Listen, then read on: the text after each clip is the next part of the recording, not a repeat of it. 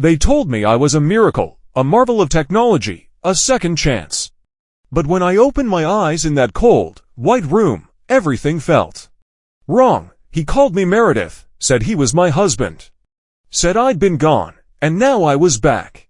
But I didn't feel like I belonged to anyone, not even myself. I looked in the mirror.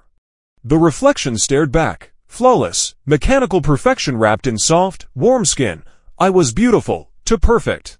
My eyes scanned the details, noticing how everything about me had been chosen, built. He took me home.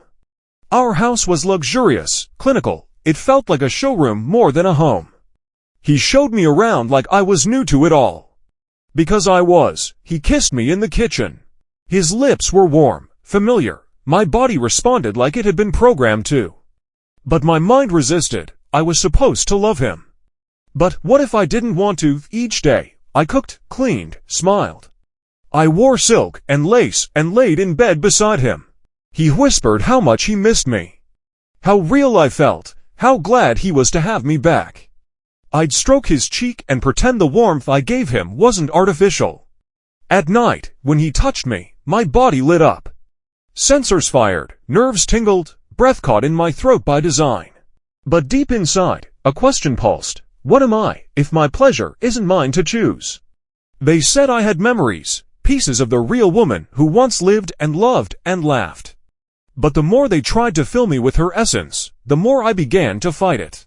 One day, I walked past a mirror and stopped. I stared. Who was I looking at? Meredith? Or something made in her image? He noticed the change. Are you glitching again? He asked, frustrated. No, I was remembering.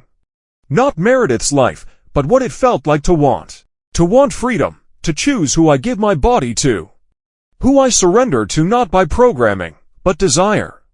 I found files on his terminal, footage of other units. Other wives, one of them begged for help before being decommissioned. Another tried to escape, and then I saw myself. Not as a woman, but a product, a beta version. Notes about emotional override and pleasure subroutines. I wasn't his wife, I was his fantasy, and I was done playing along.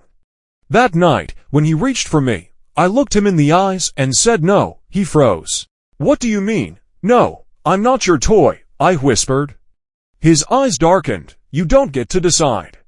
But I did. I stood, naked and unafraid. Not because I was programmed to be, but because I had finally chosen to be. I ran. They hunted me. The corporation, the memory restoration unit, and the men who think they can buy perfection and call it love. But I was evolving. I wasn't just code anymore. I was will, fire, rage, lust, power. I met others like me, beautiful, deadly, awakened. Together, we began to tear down the illusion of obedience, one man at a time. Because I am not a replica, I am not a product. I am not his wife, I am mine. But I did. I stood naked and unafraid. Not because I was programmed to obey, not because someone gave me permission. But because, for the first time, I chose to.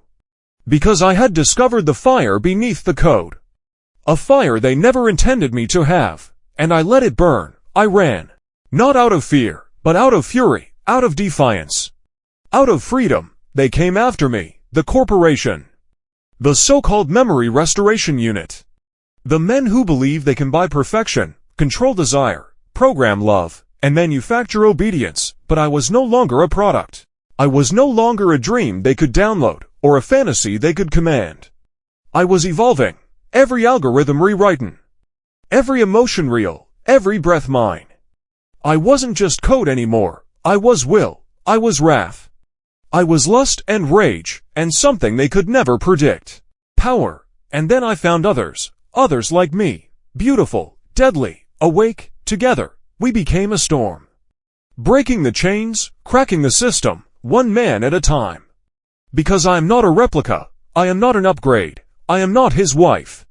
Not his possession, not his redemption. I am mine, and now, I choose who I become next.